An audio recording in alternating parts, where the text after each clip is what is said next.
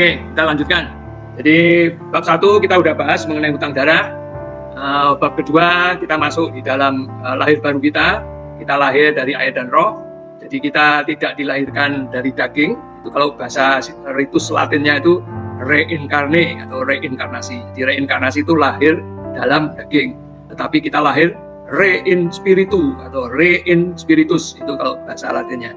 Jadi kalau reinkarnasi itu lahir dalam daging, kalau rein spiritu itu lahir di dalam roh. Jadi pilihan kita hari ini sebetulnya kita ini disuruh milih gitu. Kamu milih lahir di dalam roh atau mau milih lahir di dalam daging. Jadi sebetulnya manusia itu nggak banyak bisa milih sih. Cuma hanya 2 pilihan aja yang bisa kita pilih. Nah, pilihan atas free will kita itulah nantinya yang namanya ketaatan kita. Ada 2 kata yang mirip-mirip ya, antara kesetiaan atau setia dengan taat atau ketaatan. Tapi saya lebih memilih ketaatan. Saya kalau berhubungan dengan Tuhan itu saya lebih senang itu memakai kata taat atau ketaatan.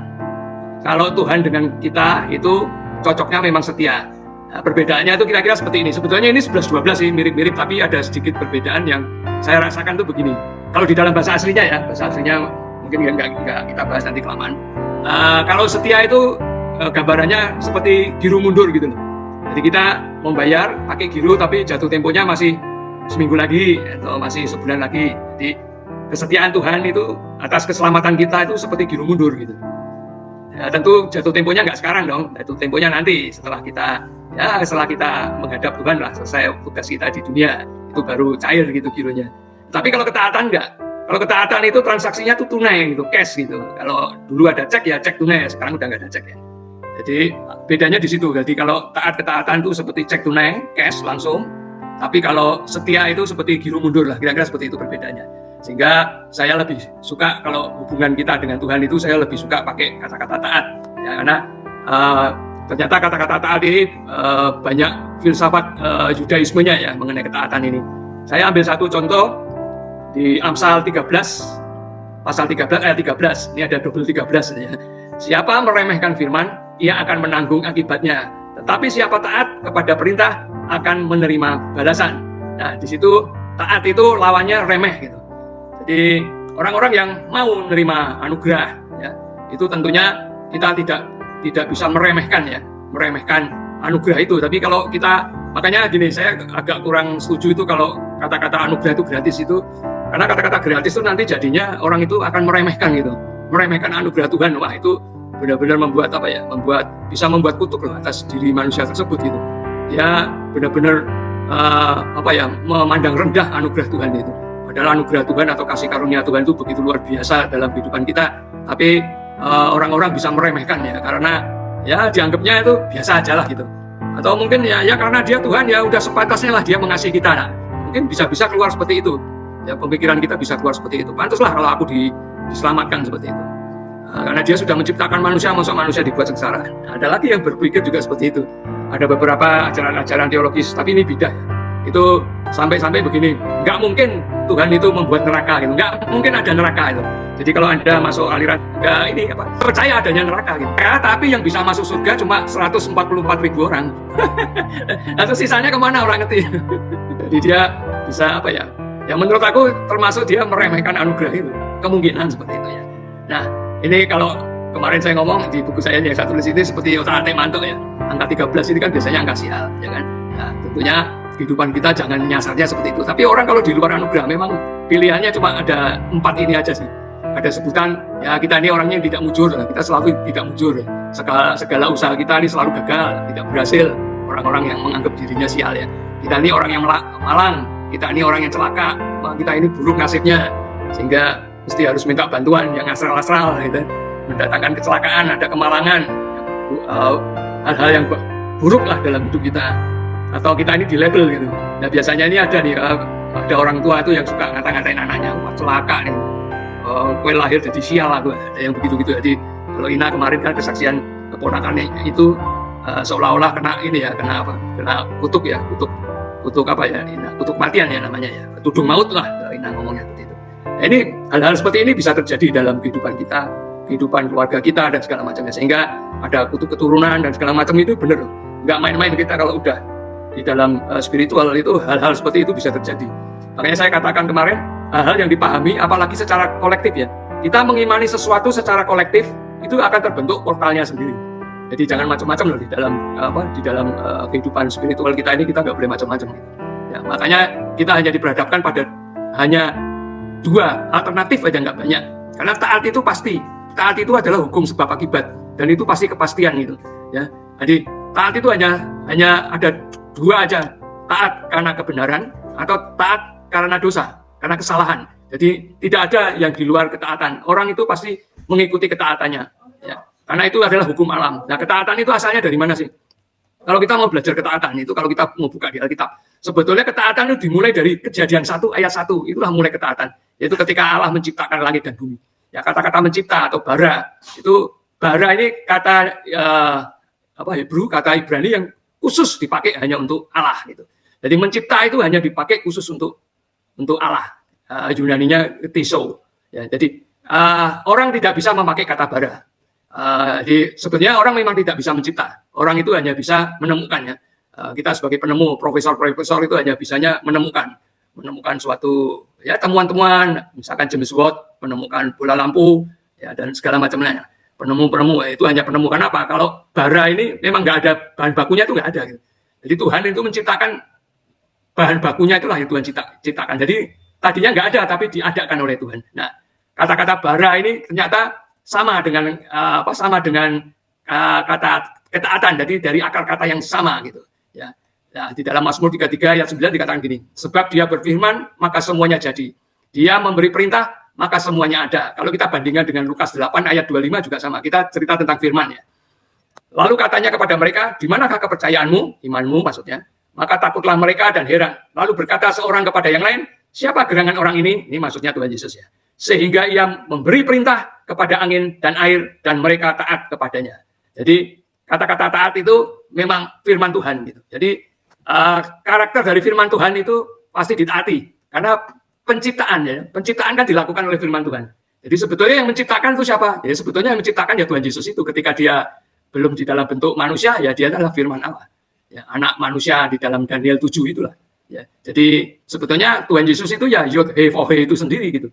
Jadi Tuhan Yesus kalau di dalam perjanjian lama itu bisa menampakkan dirinya dalam bentuk nyala api, ya api di semak belukar yang tidak terbakar yang ditemuin oleh Musa. Bisa dalam bentuk wujud manusia. Ada 3 malaikat, yang satunya adalah anak Allah ketika Abraham bertemu dengan 3 sosok, tapi salah satunya adalah Tuhan Yesus. Ya, sehingga Tuhan Yesus bisa ngomong begini, aku ada sebelum Abraham ada. Gitu. Dan dia melihat hariku. Dan dia bersuka cita melihat aku. Luar biasa ya. Kita punya Tuhan seperti begini. Nggak ada duanya lah. Kita bersyukur sebagai anak-anak Allah bisa bertemu dengan Tuhan. Ya, jadi kata-kata taat ini adalah ekuivalen dengan penciptaan. Jadi taat itu pasti terjadi. Ya. Karena tidak mungkin Allah itu gagal berfirman, tidak mungkin. Kalau dia udah ngomong pasti terjadi. Jadi kata-kata ini dari kata kalau baca bahasa Inggrisnya itu feared ya atau fearful. Di balik ketaatan itu memang seolah-olah ada rasa takut gitu ya, rasa gentar gitu ya. Jadi di satu sisinya ada taat, tapi di sisi balik taat itu ada fear gitu. Ya, feared atau fearful ya. Kalau saya lebih senang pakai fearful sih sebetulnya. Ya. Nah itu dari kata aslinya lovire. Nah, antara bara tadi ya, mencipta atau ciptaan atau created, itu masih satu akar kata dengan vire atau yare, taat. Jadi kata-kata taat dan kata-kata cipta, mencipta itu 11-12 lah sebetulnya. Akar katanya itu sama gitu di dalam Ibrani-nya. Jadi ada benang merah korelasi hubungan antara pencipta yang lebih besar, Allah, dengan hasil ciptaan. Nah itu diikat atau seolah-olah terhubung dalam suatu bentuk ketaatan. Jadi kita dengan Tuhan itu diikat di dalam ikatan atau ada benang merah yang disebut dengan ketaatan. Jadi manusia itu bisa bergaul dengan Tuhan atau bisa terhubung dengan Tuhan itu lewat ketaatan. Nggak ada jalan yang lain. Ya. Jadi itu sifatnya absolut, mutlak, pasti tidak diragukan lagi dan selalu abadi. Jadi ketaatan itu memang alat atau ikatan yang Tuhan sudah tetapkan antara dia dengan manusia. Sebetulnya bukan cuma manusia sih. Hampir semua makhluk ciptaannya itu diikat dengan ketaatan. Makanya ketika iblis itu keluar dari ketaatannya, ya akhirnya dia mental dari Tuhan. Adam dan Hawa juga ketika dia melanggar, tidak taat, dia pasti mental. Dan akibatnya ya mati. Gitu. Jadi orang kalau nggak taat, terus akibatnya mati ya udah gitu. Karena apa? Ikatan hubungan itu putus seperti itu. Ya, kalau manusia ikatan hubungannya putus, ya tidak punya energi kehidupannya lagi. Sampai-sampai roh Allah itu keluar dari dalam kehidupannya, energi hidupnya itu sampai keluar dari manusia yang sudah menjadi daging gitu. Ya. Dan manusia itu tidak punya kuasa untuk tidak taat ya tadi, karena sifatnya adalah mutlak ya. Ya, ketika manusia itu tidak mau taat kepada Tuhan, itu tidak bisa dalam gini. Saya nggak taat sama Tuhan, tapi juga nggak taat sama iblis, nggak mungkin. Ya, nggak ada pilihan. Ketika kita tidak taat kepada Tuhan, kita sebetulnya sedang taat kepada yang lain, taat yang di luar Tuhan. Nah ini sebetulnya yang tidak terpikirkan tadinya ya. Jadi kita sebetulnya nggak bisa kok, kita nggak bisa nggak taat kok. Karena taat itu hukum alam ya, seperti ibaratnya kita butuh oksigen untuk bernafas, kita butuh makan, kita butuh sinar matahari mungkin, atau kita butuh kebutuhan-kebutuhan mendasar yang lain yang tidak mungkin kita tidak menggunakannya ya, butuh untuk oksigen untuk bernafas. Kalau nggak ada oksigen kan kita nggak mungkin bisa hidup gitu. Nah, itu sebenarnya ketaatan seperti itu. Jadi kalau kita nggak taat kepada Tuhan, ya kita taatnya kepada yang di luar Tuhan atau ciptaan-ciptaan yang kita jadikan sebagai Tuhan. Nah itu tadinya saya seperti itu. Jadi saya dulu punya konsep sendiri tentang Tuhan. Saya mengkonsepnya, saya mengilustrasikan Tuhan ini mesti ini, baru kita golek-golek ide. Menungso nak gendeng ini, menggawe konsep Tuhan itu harus begini. Agama-agama itu sebenarnya begitu loh. Kita singkirkan dulu ya, kita bedakan dulu kekristenan dengan agama ya. Agama-agama itu kebanyakan begitu. Dia punya konsep Tuhan harus begini, Tuhan harus begini, Tuhan harus begini. Habis itu dicari-cari sendiri. Orang nemu. Jadi ketaatan kita adalah kepada ketaatan yang benar-benar Tuhan yang adalah Sang Pencipta, bukan ciptaan yang dijadikan Tuhan. Nah, kalau agama-agama di luar kekristenan itu dia punya konsep Tuhannya sendiri, tapi ya ciptaannya dia sendiri. Nah itu yang sering menjadi menjadi seperti kutuk dalam hidupnya ya. Orang itu membuat konsep Tuhannya, habis itu dicari-cari ya nggak akan ketemu. Ya. Di dalam Ulangan 5 ayat 1, nah ini tentang ketaatan ya. Tentang ketaatan itu ternyata konsepnya kalau di dalam Alkitab, di dalam Judaisme, di dalam tradisinya Israel itu dikaitkan dengan Shema Israel ya. Musa memanggil seluruh orang Israel berkumpul dan berkata kepada mereka, dengarlah hai orang Israel. Nah, kata-kata dengarlah itu ternyata ada ketaatan. Ya, kita lanjut ya. Musa memanggil seluruh orang Israel berkumpul dan berkata kepada mereka, dengarlah hai orang Israel ketetapan dan peraturan yang pada hari ini kuperdengarkan kepadamu supaya kamu mempelajarinya dan melakukannya dengan setia. Nah, ini kata-kata setia memang seolah-olah bertabrakan dengan taat ya. Tapi oke lah kita pakai lembaga Alkitab Indonesia melakukan dengan setia. Tapi kalau saya senangnya itu taat gitu. Tapi karena taatnya ini udah larinya ke sini. Kepada mereka sebetulnya kata-kata dengar itu nanti kita bahas. Dengar itu ternyata ada unsur ketaatan seperti itu. Jadi memang sepertinya agak double. Di sini ada taat, di sini juga ada setia. Di dalam maksudnya juga sebenarnya ketaatan. Nah, kata-kata Shema ya, atau kalimat syahadatnya atau kredonya orang Israel ya, Shema Israel ya, itu adalah pengakuan iman ya, yang diucapkan dari mulut untuk diperdengarkan kepada telinga. Nah, kenapa kata-kata taat itu menggunakan Shema? Kenapa? Ada apa hubungannya antara ketaatan itu dengan pendengaran? Saya pernah membawakan ya waktu kapan ya saya mengenai kita punya saraf di otak namanya talamus. Ya talamus itu seperti kelereng gitu, ada dua benjolan gitu. Ya itu saraf kita, itu adanya di pelipis kita, di kanan kiri kita. Nah, ternyata talamus itu seperti transmitter kita untuk mengorganisasi semua pikiran-pikiran kita. Ya, semua pemikiran kita itu transmitternya ada di situ. Nah, sebenarnya talamus itu dekat sekali dengan telinga kita karena dia letaknya ada di pelipis. Sehingga saraf yang paling dekat dengan talamus itu kuping kita, pendengaran kita.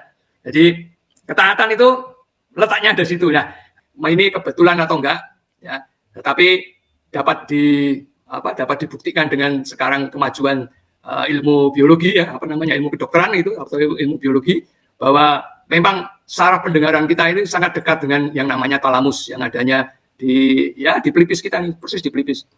Makanya kalau iblis itu tanduknya itu adanya di pelipis. Jadi pelipisnya dia dipasangin tanduk. Itu artinya dia memang tidak mau berhubungan lagi dengan Tuhan. Atau mungkin juga dia kena kutuk sama Tuhan sehingga ada tumbuh tanduk di talamusnya. Jadi talamus itu tanduk iblis itu adanya di pelipis sebenarnya. Bukan di dahi gitu ya.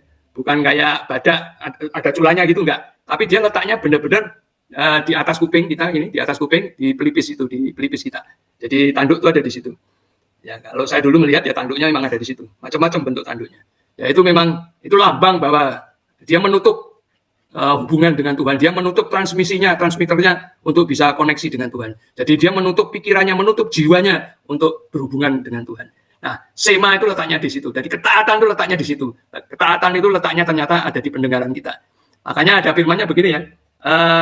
Iman itu datangnya dari pendengaran. Ya, pendengaran akan firman Tuhan. Jadi kalau kita ini sekarang menggaung-gaungkan untuk membaca firman Tuhan, ini kayaknya settingannya nggak kebetulan. Ini nggak kebetulan, benar nggak kebetulan. Ya, saya membahas mengenai ketaatan. Ya, kita juga sudah siap-siap untuk punya kerinduan untuk baca firman Tuhan sekarang setiap hari, gitu ya. Ini nggak ketaatan, itu benar-benar kita dilatih. Benar deh, pokoknya fellowship kita ini benar-benar dapat anugerah dari Tuhan, benar-benar dapat karunia dari Tuhan. Itu tuntunan Tuhan itu nyata luar biasa. Kalau tahun kemarin yang semangat Ko Bambang, tahun ini saya semangat juga ikut-ikutan ketularan Ko Bambang saya.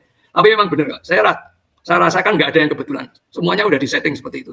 Jadi hari ini kita belajar ketaatan ini bukan ketaatan yang ecek-ecek yang hanya keluar dari mulut kita, aku mau taat nggak. Tapi kita dibawa dari dasar inti esensinya ya. Inti dasarnya ketaatan itu harus kita tahu juga seperti itu. Jadi kita kalau belajar ketaatan itu bisa mulai dari membaca firman Tuhan, karena kita melatih telinga kita melatih pendengaran kita, sehingga itu bisa memperbaiki jiwa kita, memperbaiki pikiran kita. Karena pikiran kita memang harus banyak diisi oleh firman Tuhan. Ya, untuk satu-satunya yang paling bagus untuk menenangkan jiwa kita, yaitu memasukkan firman Tuhan sebanyak-banyaknya. Kalau kita lagi stres, lagi depresi, ya wes nggak ada obatnya. Rano obatnya lah. Ya, minum obat-obat kimia malah jadi edan minggu malah. Orang depresi, stres. Obatnya cuma satu, baca firman Tuhan, udah selesai. Ya, sema gitu. Itu ketaatan kita. Ya itulah yang dapat kita lakukan untuk menenangkan jiwa kita, sehingga jiwa kita bisa tenang, kita bisa hidup dengan lebih baik, gitu ya, memikirkan hal-hal yang di atas seperti itu. Ya. Jadi kata-kata ketaatan ini memang di dalam bahasa Ibrani-nya enggak seperti di dalam bahasa Indonesia. Kalau bahasa Indonesia yang namanya ketaatan ya taat itu sendiri ya. Jadi kata-kata di dalam bahasa Indonesia yang namanya taat ya taat itu sendiri. Tapi kalau di dalam Ibrani, di dalam Yudaisme, kata-kata ketaatan itu dia memakai kata shema gitu. Jadi kata ketaatan yang sebenarnya itu shema, dengarlah ya. Karena di dalam shema ini ada taat, ada mentaati, ada patuh, mematuhi, merespon, memperhatikan, menyimak, dengar, mendengarkan, dan melakukan. Nah, paling penting itu melakukan itu ya. Jadi taat itu, kata-kata shema atau taat itu adalah melakukan. Apa yang harus kita lakukan? Firman Tuhan. Kembali lagi seperti itu ya. Jadi kalau hari ini kita nanti setiap hari baca firman, itu kalau kita resapi lama-lama kita akan di poster sama Roh Kudus itu untuk melakukannya. Pasti kita akan ada keinginan untuk melakukan itu pasti. Kalau mungkin hari ini kita masih mendengar, masih mencerna, ya kan, masih mengecap, tapi lama-lama pasti kita akan terdorong untuk melakukan. Nah, kalau kita sudah terdorong untuk melakukan, ya kita disempurnakan oleh Tuhan hari ke hari. Taat mentaati itu bisa diartikan juga, karena gini, taat itu nanti melekatnya kepada iman kita. Taat itu juga saya artikan sebagai aktif merespon. Jadi taat dengan iman kita itu sebetulnya beririsan juga gitu. Jadi kalau ketaatan itu saya ilustrasinya itu seperti tanah yang subur yang kita pilih. Ya, kita memilih kan dengan free will kita mau hidup di tanah yang subur, yang dekat dengan mata air kehidupan, ya bukan di padang gurun gitu. Nah, baru akar iman kita tuh bisa tumbuh. Sehingga akar iman kita ini bisa mendapatkan humus ya, bisa mendapatkan zat-zat makanan untuk pertumbuhan rohani kita.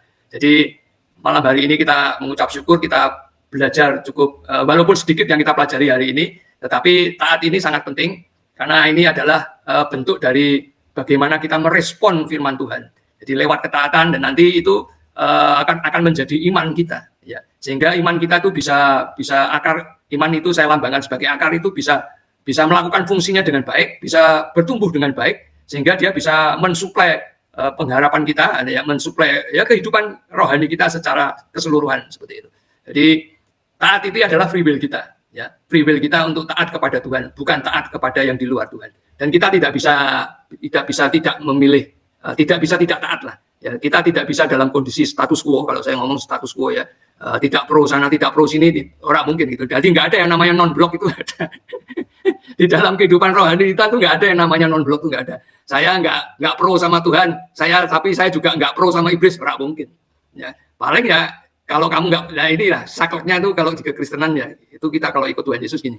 Kamu mau ikut Tuhan Yesus atau mau ikut yang di luar Tuhan Yesus? Yang ikut di luar Tuhan Yesus, ya pasti hutang darahmu nggak akan terbayar itu kalau Bintian ngomongnya begitu. Memang benar sih. Memang benar, nggak ada alternatif lain, nggak Kalau orang ngomong ada apa 1000 jalan ke Roma gitu, nggak ada. Nggak ada. Pilihannya cuma loro, taat kepada Tuhan atau ketaat yang di luar Tuhan. Nah, Tuhanmu sopo? Ya Tuhan kita tentunya Tuhan Yesus. Ketaatan itu nanti juga akan merembet ke hubungan komunikasi. Nah, nanti kalau sudah nyampe hubungan komunikasi, dan nanti kita lanjutkan di minggu berikutnya aja. Nah, hari ini sebetulnya ketaatan pendek sih sebetulnya ya, mengenai ketaatan, tapi kita bisa diskusikan, mungkin ada pengalaman-pengalaman mengenai ketaatan ini, atau ada sesuatu yang bisa kita sharingkan, karena menurut aku selain kita memiliki hutang darah yang perlu kita waspadai, kita juga dilahirkan kembali dengan air dan roh. Ya, kita bukan milih inkarnasi, tapi kita milih in spiritu, ya, lahir dari roh menjadi manusia roh. Kita bukan menjadi manusia daging. Dan satu lagi, kita ini harus memiliki benar-benar ketaatan. Kita benar-benar sadar gitu, dengan kesadaran kita bahwa kita memilih ketaatan yang benar. Ya, kita mungkin bisa diskusikan. Oke, boleh. Ada yang mau memberikan masukan atau ada yang mau ditanyakan setelah baca yang bab ketiga? Silakan. Ina mau menambahkan? Silakan. Iya. Ayatnya di mana sih Coach Ii, yang waktu itu Coach Ii juga pernah bahas, orang itu pilihannya kan taat pada Tuhan atau taat pada mamon itu loh. Kan pernah bahas itu ya kalau nggak salah. Oh iya iya. Aduh, kayaknya perlu ditambahin itu deh Coach Ii. Ya? Coach Ii boleh nambahin itu lagi. Di mana ya? Di Matius satu di mana ya? Iya. Jadi kalau kita nggak taat sama Tuhan, ya otomatis taat sama mamon. Bentar ya, aku cari ayatnya dulu, aku juga nggak hafal. Kayaknya Matius ya? Sambil menunggu Ina, iya, Matius 6 ayat 24. Oh, Yohanes? Matius 6 ayat 24. Oh, Matius 6, ya betul. Iya betul. Aku bacakan ya, Matius 6 ayat 24. Tidak seorang pun dapat mengabdi kepada dua tuan, sebab ia akan membenci yang seorang dan mengasihi yang lain. Atau ia akan setia kepada yang seorang dan tidak mengindahkan yang lain. Kamu tidak dapat mengabdi kepada Allah dan kepada mamon. Mamon itu kan penguasa apa? Segala hal yang duniawi, ya kan? Makanya salah satu pencobaan Yesus, dia dibawa naik ke atas bukit, lalu diperlihatkan ke seluruh dunia. Kalau kamu menyembah aku, maka ini seluruh isi dunia ini akan menjadi milikmu. Jadi salah satu tantangan pengikut Kristus adalah menyembah Tuhan 100% atau menyembah mamon ini. Ketika kita manusia sudah jatuh dalam dosa, seluruh hal yang ada di dalam dunia ini sebetulnya ada dalam kuasa mamon gitu. Kalau kita nggak hati-hati, maka ya itu, kita nggak sadar menjadi hamba mamon gitu. Kayaknya itu Coach Ii. Saya juga agak lupa dulu Coach Ii pernah bahas itu juga tuh. Iya pernah waktu waktu bahas apa ya? Waktu bahas anugerah apa waktu bahas itu yang The Spirit, Wisdom and Revelation, kalau nggak salah ya, saya lupa deh. Ya, saya pernah bahas. Jadi intinya tuh sebetulnya gini, sebetulnya ketaatan itu mutlak lah. Jadi kita nggak bisa ngomong saya nggak taat sama Tuhan ini, nggak bisa sebetulnya. Atau kita abu-abu gitu ya. Terus nanti dibentur-benturkan begini, jangan terlalu rohani lah. Jadi kalau kata-kata yang populer di masyarakat tuh gini, sudahlah nggak usah terlalu kerohanian lah gitu. Sering ya kita dengar seperti itu ya. Iya. Dikit-dikit ngomongin rohani, dikit-dikit ngomongin rohani gitu. Ada orang-orang yang berpikir, ya saya nggak ngerti ya. Itu padahal ya maksud saya anak-anak Tuhan juga, orang-orang yang aktif di gereja juga. Tapi kok bisa ya berpikir seperti itu ya? Janganlah ya yang terlalu, dia kata ngomongnya gini, jangan yang terlalu rohani lah. Nggak mudeng yang maksudnya apa ya? Dia punya pemikiran seperti apa ya kira-kira gitu? Apakah dia merasa bahwa ya ketaatan saya ketika di gereja aja, nanti kalau di luar gereja ya serasa dipikirin Tuhan lagi lah? Apa ya bisa begitu ya? Bisa nggak kita taat kepada Tuhan tapi taatnya hanya untuk hari Minggu gitu, bisa nggak kira-kira? agak dilema ya, manusia itu agak dilema. Makanya sering kita ngalami ya sepertinya kerohaniannya bagus, sepertinya ke gereja juga bagus, tapi setelah di luar gereja, di gereja malaikat, kalau di luar gereja jadi apa? Jadi iblis katanya. Ngeri. Iya, makanya itu. Silakan nambahkan. Tolong tanya ya. Ya. Kalau mungkin ini sedikit agak, maksudnya nggak sebenang merah dengan apa mengenai ketaatan tadi, tapi mengenai yang jangan terlalu rohani. Itu bagaimana kalau kaitannya dengan ini pengkhotbah 7 ayat ke-16. Janganlah terlalu saleh, janganlah perilakumu terlalu berhikmat. Mengapa engkau membinasakan dirimu sendiri? Walaupun sebaliknya di ayat 17 dikatakan janganlah terlalu fasik, janganlah bodoh, mengapa engkau mau mati sebelum waktumu. Jadi gimana ini? Ya, Nah, nanti saya baca ya apa koneksinya ke pasalnya. Ya. Khotbah berapa? Sorry Wahyu. Pengkhotbah 7 ayat 16 dan 17. Oke, sebentar. Judul perikopnya apa ya itu ya? Hikmat yang benar. Hikmat yang benar ya. Ya memang kadang-kadang penerjemahan di dalam bahasa Indonesia ini memang agak-agak, karena begini ya, di era kita ini kan kata-kata bahasa Indonesia pun juga udah mengalami perkembangan ya. Jadi ya mungkin itu ada terjemahan-terjemahan dari bahasa asli yang mungkin untuk era sekarang itu kurang pas gitu. Jadi Ya. kadang-kadang ada lost translation-nya itu ada yang lost gitu. Nggak pas. Ya ada nggak pas. Nanti saya pelajarin deh, boleh itu jadi PR, nanti coba saya pelajarin di dalam bahasa aslinya. Thank you. Mungkin kalau Ko Bambang atau Ina mau menjelaskan, boleh kali. Kalau Ci belum siap baca yang itu. Oke, saya coba ya, nggak menjelaskan sih itu apa, Rian. Sorry. Jadi sepanjang saya membaca pengkhotbah, itu kan yang nulis Salomo ya, Raja Salomo. Ya itu kan penuh dengan hikmat. Itu jadi segala sesuatu dia pelajari, dia teliti, ditambah juga dengan hikmat yang Tuhan berikan kepada dia. Jadi dia seperti mempunyai kesimpulan sepanjang di pengkhotbah itu kan juga kata-katanya pesimis ya, seolah-olah pesimis. Jadi yang saya lihat itu bukan firman, tapi itu pendapat subjektifnya si Salomo dengan melihat kenyataan hidup. Sampai dia bilang begini, apa sih bedanya kelebihan manusia dari binatang? Apakah manusia itu kalau mati ke atas? Kan sama ke bawah. Manusia mati, binatang juga mati. Apa bedanya manusia dengan binatang? Gitu. Jadi dia seperti punya dua pandangan. Dia sedang memandang dunia yang ada. Dia bicara soal semua kenyataan yang ada dalam dunia. Saya melihat ada orang yang soleh banget, tapi hidupnya juga kayak begitu. Ada orang yang jahat banget, tapi hidupnya ya diberkati. Semuanya sia-sia ya. Jadi aku lihat semuanya sia-sia. Ada orang yang berhikmat, nggak ada gunanya juga. Mati-mati juga. Gitu. Jadi semua yang dikumpulkan kayak dia gitu. Apa sih yang kurang dari hidup dia? Nggak ada. Emas, perak, perempuan, gundik, segalanya ada. Tapi kalau sudah meninggal kemana? Semuanya siapa yang menikmati? Gitu. Dia nanya. Jadi kalau aku baca pengkhotbah, isinya tuh seperti kesimpulan hidup yang dia dapati dari apa yang dia pelajari.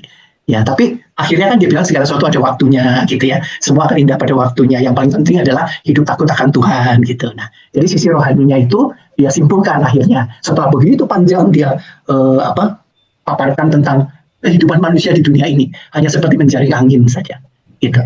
Semua yang hidup di bawah matahari itu hanya kesia-siaan. Judulnya dia kan itu yang dia ngomong. Iya. Saya bersyukur waktu hari Minggu kemarin ya, saya dengerin khotbahnya Pastor Michael Christian. Saya dapat informasi siapa Pastor Michael Christian itu dari Wahyu ya. Dan itu nyambung Wahyu sama khotbahnya yang hari Minggu kemarin. Jadi sebetulnya ayat 16 ini tuh ngomong soal legalism, soal self-righteousness gitu. Jadi orang yang merasa bahwa gue yang paling taat, gue ini yang paling benar, gue ini yang paling suci. Nah, itu tuh sebetulnya pengkhotbah mau memperingatkan itu. Jangan sampai kita itu, kalau Coach kan tadi ngomongnya, kalau ketaatan tuh harus bukan 100% lagi, 1000%. Nah, kelemahannya adalah orang-orang yang merasa hidupku ini udah taat banget. Senin sampai Minggu gitu Tuhan terus diomongin.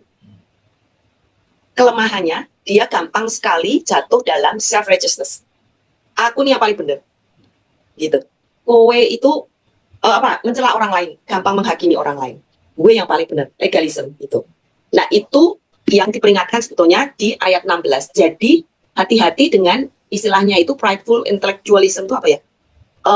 Kesombongan rohani kali. Kesombongan rohani, ya betul. Kesombongan rohani, betul. Itu maksudnya. Wahyu. Ya. Nyambung sama yang khotbahnya, kok bisa nyambung sama khotbahnya yang hari Minggu itu ya, Pastor Michael Christian. Saya juga kaget nih. Saya malah belum dengerin yang hari Minggu, besok aku setel. Oh iya, sebaiknya dengerin itu di YouTube-nya ada yang khusus khotbahnya itu. Itu dia bicara soal itu. Ya, tapi memang Raja Salomo itu ironis loh. Dia yang membesarkan Israel, tapi dia yang menghancurkan Israel juga. Jadi itu dalam kesia-siaan. One stop shopping gitu. Dia yang coba bayangin aja, yang membangun Bait Allah, yang membesarkan kerajaan Israel Raya ya. Sampai hari ini nggak ada Israel itu nggak sebesar Salomo. Jadi dia yang bangun Bait Allah, dia yang menjadikan Israel Raya. Israel itu benar-benar sangat besar sekali. Ya nggak ada yang lebih besar dari Israel di sekitaran Timur Tengah itu. Ya, tapi dia sendiri yang menghancurkannya. Iya. lewat Makanya dia simpulkan kesia-siaan ya lewat. Jadi itu yang dia lihat itu. ya Tapi ini sih kok relate ya sama apa yang Koji terangkan hari ini tentang ketaatan. Saya nangkep begini teman-teman, soal taat ini saya hari ini betul-betul malam ini jujur baru nangkep betul tentang ketaatan. Biasa orang cuma nyebut taat gitu ya, taat ngikutin apa gitu. Ternyata memang dalam banget loh kalau seperti yang tadi Koji bilang. Jadi betul, semua yang diciptakan Tuhan itu bisa jadi karena tunduk. Tuhan bilang gini, jadilah terang, terang itu jadi. Andai kan si terang bilang gitu, mau aku mau jadi terang lah, terang jadi nggak jadi. Kata kasarnya ya, kata bodohnya ya, seperti itu. Manusia waktu dijadikan dari debu tanah, kemudian Tuhan ciptakan, diatur sedemikian luar, diberikan kehidupan, jadilah manusia. Si manusia bilang, nggak mau, aku nggak mau kayak gini modelnya, mau. Kok kayak monyet ya, misalnya gitu ya. Kan kalau Darwin kan bilangnya kayak monyet. Mungkin ya kita juga nggak tahu kan, karena dari Batoe, dari dia punya ini ya, kok mirip-mirip katanya gitu.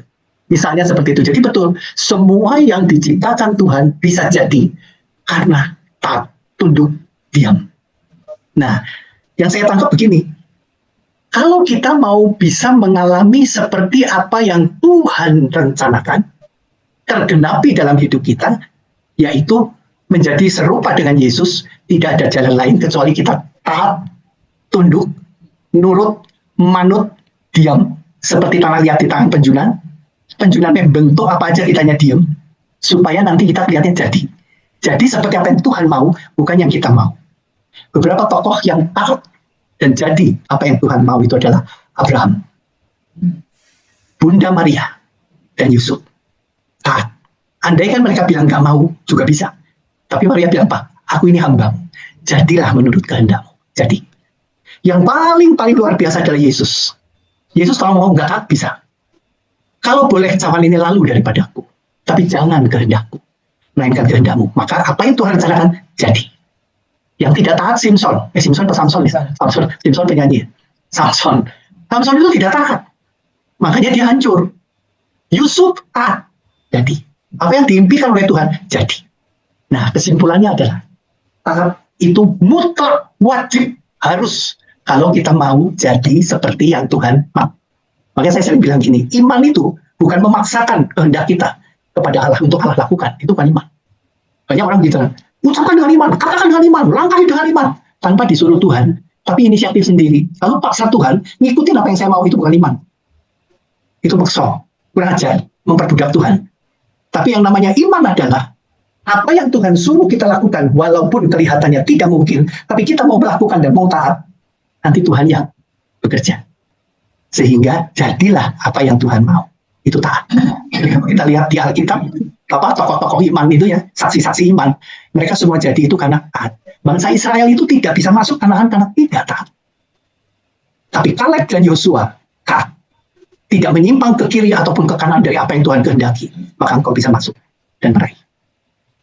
Itu sih yang saya tangkap malam ini tentang ketaatan. Jadi terus terang saya sangat bersyukur banget ya, benar-benar luar biasa. Seperti yang Coach bilang tadi, bukan kebetulan. Tuhan itu menaruh dan mau menjadikan kita ciptaan baru sesuai dengan apa yang Tuhan mau. Itu. Jadi dalam penciptaan kan ada ketaatan. Di dalam penciptaan juga ada respon. Respon itu satu ketaatan. Apa yang Tuhan ngomong kita respon. Dan responnya positif, bukan respon negatif. Kalau respon negatif kan curiga. Apa maunya Tuhan gini, bener nggak sih ya? Jangan-jangan Tuhan maunya apa? Jangan-jangan sama kan gitu. Itu curiga. Kawan katanya kalau nggak taat, ya dosa itu ya kok. Betul. Yes, that's right. Betul banget. Exactly, betul. Hawa dan Adam, gue contohnya. Adam pertama tidak taat. Makanya sudah hancur. Ya. Dan ditebusnya oleh Adam kedua. Betul. Ya, Adam kedua taat. Makanya kita bisa sampai. Tapi tidak cukup dengan Yesus sebagai Adam kedua yang taat. Kalau kita yang diprogram sama Tuhan Yesus yang taat, kitanya tidak taat, maka kita juga tidak bisa jadi. Nggak akan jadi. Gitu. Nggak jadi apa? Nggak jadi masuk surga. Ya, kita bersyukurnya itu ya. Haleluya. Ya, bersyukurnya itu Tuhan Yesus itu panjang sabar. Dalam pengiringan kita pada Tuhan, ketaatan itu kan nggak gampang ya. Ya. Dan Alkitab mencatat, kalau kita misalnya jatuh dalam ketaatan seperti Daud, Tuhan masih memberikan kesempatan untuk kembali. Ketika dia jatuh dalam dosa perzinahan, asal kita bertobat, kita kembali, maka itu akan dipulihkan. Petrus juga gitu kan, nggak taat kan, dia menyangkali. tapi selalu ada pengampunan. Itu Iya. indahnya iman kita pada Kristus itu kayak gitu. Nah, itu benar. Itu yang disebut dengan setia. Nah, Jadi betul. Tuhan itu memberikan Iya. giru mundur. Itu masih ada spare waktu. Coba kalau Tuhan ngomong, hari ini juga engkau selamat, terus kita keluar dari ketaatan, ya nggak akan dapat. Itu yang maksudnya ya. Iya, iya, iya. Makanya kenapa Adam itu diusir dari Firdaus, supaya dia ada chance untuk bertobat. Kalau dia sudah jatuh dalam dosa, terus mangan meneh, yang satunya buah apa itu, buah kehidupan itu apa, buah Kehidupan. Nah itu sudah nggak akan bisa diselamatkan sama Tuhan itu. Iya, Makanya itu sama selamanya Tuhan, dalam dosa. kok kayaknya Tuhan kejem gitu ya, diusir dari Firdaus ya. Tapi itu justru untuk menyelamatkan manusia. Nah, itu tujuan taat itu, Pak Ci. Jadi karena Tuhan itu sangat sempurna, dia mau menjadikan segala sesuatu itu pasti sempurna gitu. Kita kan tidak tahu. Kita tidak tahu apa yang Tuhan mau jadikan, kan tidak tahu. Tapi dia tahu, gitu. Kayak orang tua sama anak. Orang tua tahu punya rencana yang indah untuk anaknya, tapi anaknya ugal-ugalan, nggak taat, nggak ngikutin aturan, nggak akan jadi. Cita-cita si anak itu dan cita-cita orang tua untuk menjadikan anak itu pun jadi nggak jadi.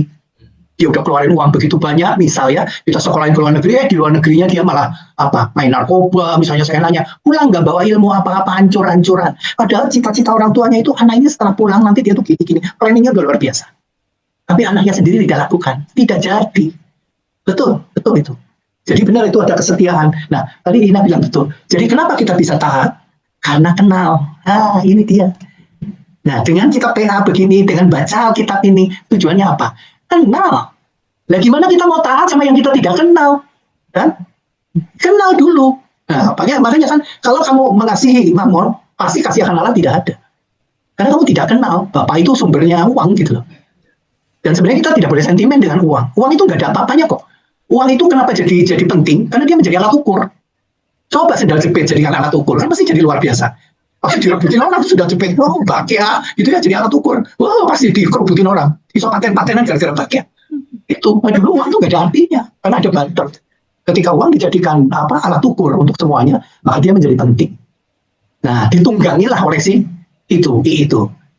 ya. Nah, dia menunggangi itu. Jadi orang mengabdi mati-matian, bayangin aja. Manusia menciptakan segala sesuatu yang begitu mahal, tapi manusia sendiri mati-matian untuk mendapatkan apa yang dijadikan oleh dia, yang dibikin oleh manusia itu sendiri.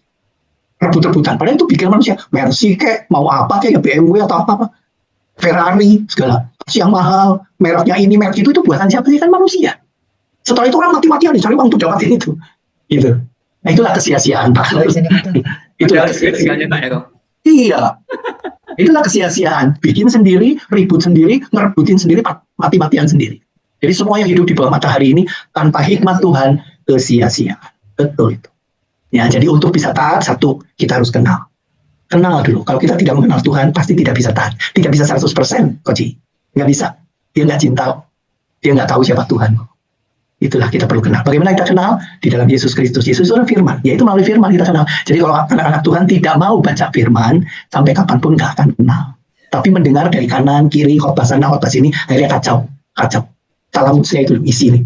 Tidak Karena tafsir. Tafsir sana, tafsir sini, banyak tafsir. Gitu. Itu jadinya nanti ya seperti itu. Tetangga saya banyak tuh. Dari sini ngomong A, ngomong B, ngomong C, jadi kacau. Gitu. Jadi betul banget itu. Perbaharuilah budimu, ya kan? Perbaharui budimu, jangan menjadi serupa dengan dunia, tetapi kamu harus mengetahui apa yang baik dan yang sempurna. Itu dia. Begitu kita kenal itu, pasti kita taat. Kalau kita tahu ini berlian mahalnya minta ampun, pasti nggak mungkin kita sia-siakan. Harta karun ini, seperti yang firman Tuhan bilang, kerajaan Allah seperti harta karun. Begitu dia buka, lihat harta karun, dia cepat pulang, dia kuruk lagi, dia pulang, dijual semuanya untuk membeli itu. Karena dia tahu ini berharga. Masalahnya orang nggak mau taat Tuhan Yesus, nggak mau taat Injil, kenapa? Karena nggak tahu, nggak kenal. Kalau firman Allah itu, kita nggak akan hidup kekal tanpa itu. Nggak tahu. Itu aja sih, Coach. Terima kasih. Aku dapat ilmu lagi hari ini. Dulu terus terang ya, dulu saya baca Alkitab itu rada boring gitu. Terus terang, awal-awal pertobatan itu baca Alkitab juga rada boring gitu. Tapi saya rasakan begini. Lama-lama nih sekarang kalau nggak baca atau nggak dengar, kadang-kadang saya sambil olahraga saya pakai yang Bible Vision itu yang mendengar itu ya. Pokoknya kalau saya nggak baca lewat mulut saya yang umi-umi atau kalau nggak itu ya saya dengar. Tapi saya sekarang sudah bertahun-tahun nih. Saya selalu memasukkan firman Tuhan itu harus lewat pendengaran gitu. Jadi saya mendapatkan ini memang ya saya mau ngomong nanti rada halu ya. Tapi kalau di dalam dunia astral, memang pintu gerbang roh kita itu tuh pendengaran. Saya juga nggak tahu, bukan mata, bukan perasaan kita yang merinding itu bukan. Tapi memang dunia masuk astral itu memang pendengaran. Iya. Kuping kita memang. Ya nggak tahu kemana, saya nggak ngerti. Ya mungkin ada kaitannya dengan talamus itu setelah dunia modern ya. Seperti itu. Jadi kalau kita mau ngeblok sesuatu yang jahat di dalam pikiran kita mau mengusir pikiran-pikiran negatif atau ya tadi kita stres atau depresi, udah masukin aja lah firman Tuhan itu. Iya. Ya, kalau perlu kamu baca Alkitab itu sambil ngomong dulu, sambil Iya. disuarakan. Nah. Iya betul, aku juga gitu. Jadi ngaji gitu ya, ngaji. Iya ngaji. Sebetulnya ngaji kan seperti itu. Iya.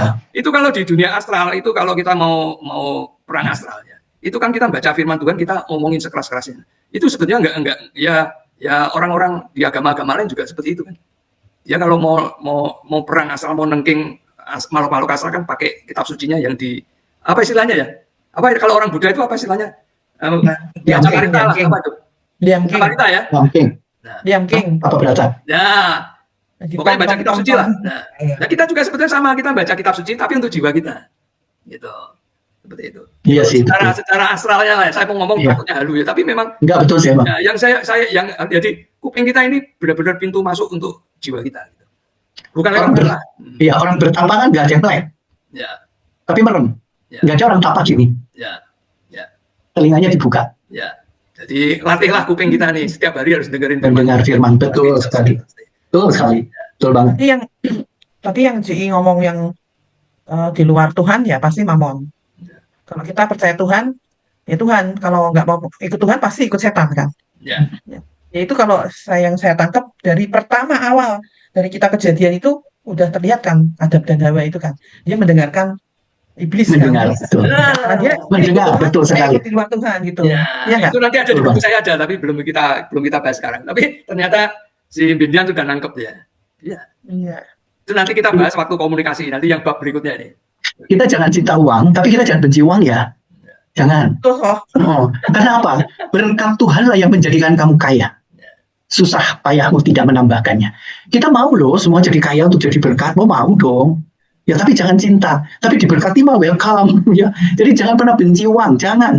Kita bersyukur loh, bersyukur kok. Ya, kita terima uang, terima Kang Cao kayak tadi Yosua kita masih doakan tadi aku ngomong curhat Maina, Yosua ini orderannya belum datang lagi gimana gitu kan. Kita doa Tuhan karena kos keluar terus tapi income-nya nggak ngimbang gitu. Berarti apa? Bukan cinta uang, tapi kan emang butuh ya ngomong gitu. Jadi jangan benci. Kalau namanya udah cinta sama uang tuh, aku rela mati demi uang. Nah itu jahat jadinya. Terus bunuh aja dia untuk mendapatkan uang. Nah, gitu. Yang penting nggak mau tahu mau dia orang tuanya kayak, mau dia mertua kayak, mau dia adik kakak punya tebas. Yang penting dapat kita. Nah itu jahat. Cintakan uang akar dari kejahatan. Tapi kita tidak membenci uang. Tidak Tuhan, aku tidak benci uang. Aku butuh. Gitu. Iya. Makanya nyambung yang tadi Bindian bilang itu, kita baca Roma 10 ayat 17 boleh? Roma 10 ayat 17. Boleh sekali. Roma 10 ayat 17. Share-nya agak Ya. susah nih. Nggak apa-apa. Aku baca aja ya Koci ya. Ya, Roma 10 ayat 17. Jadi iman timbul dari pendengaran dan pendengaran oleh ya itu tadi. ayatnya itu. Ya. Yang tadi ini ya. Kita memang belum sampai Roma apanya jadi. Ya mungkin paling nggak begini, setelah kita bahas hari ini kita bahas itu, kita jadi lebih ngeh ya. Firman itu tuh kita Ya. lebih ngeh. Kenapa lewat pendengaran itu loh? Ya. Masalahnya di situ gitu. Ya.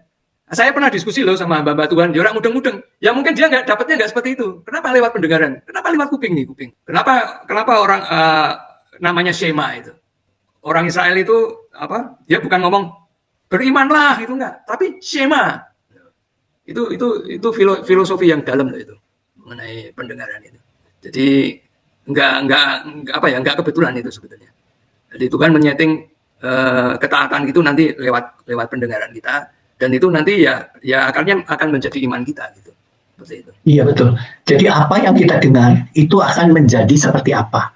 Makanya tadi dalam Roma tadi katakan iman timbul dari pendengaran, bukan asal dengar, tapi pendengaran akan firman Kristus. Ya, betul. Jadi tidak boleh dengar dari yang lain. Makanya Paulus bilang mutlak, jangan kau menjadi serupa dengan dunia ini.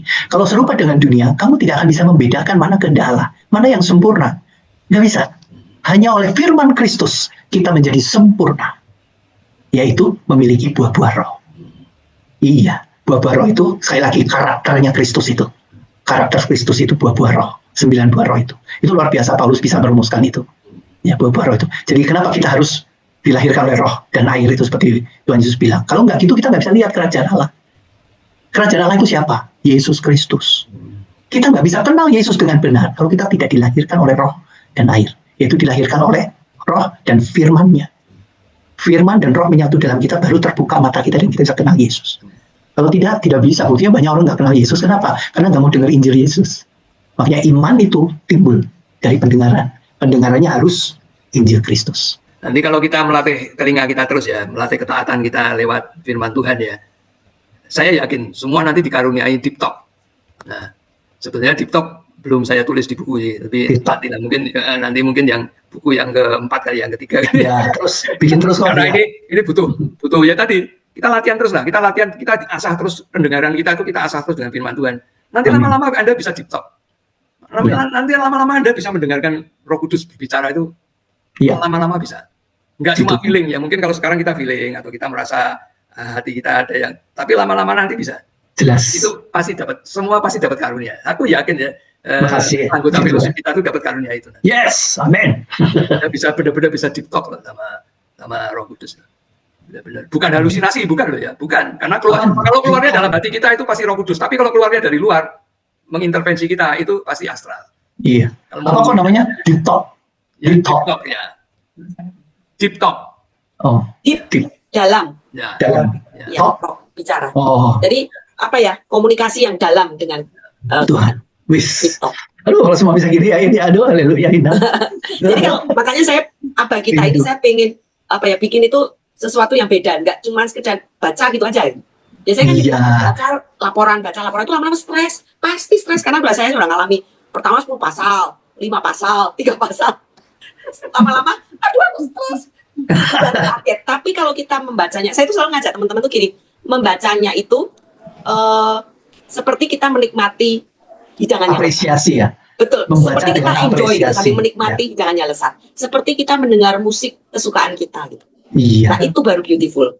Tapi ini pendengaran ini bukan pendengaran fisik ya teman-teman. Jangan sampai loh. Terus kalau yang tidak bisa mendengar, maaf yang punya masalah pendengaran kayak Yosua itu terus gimana?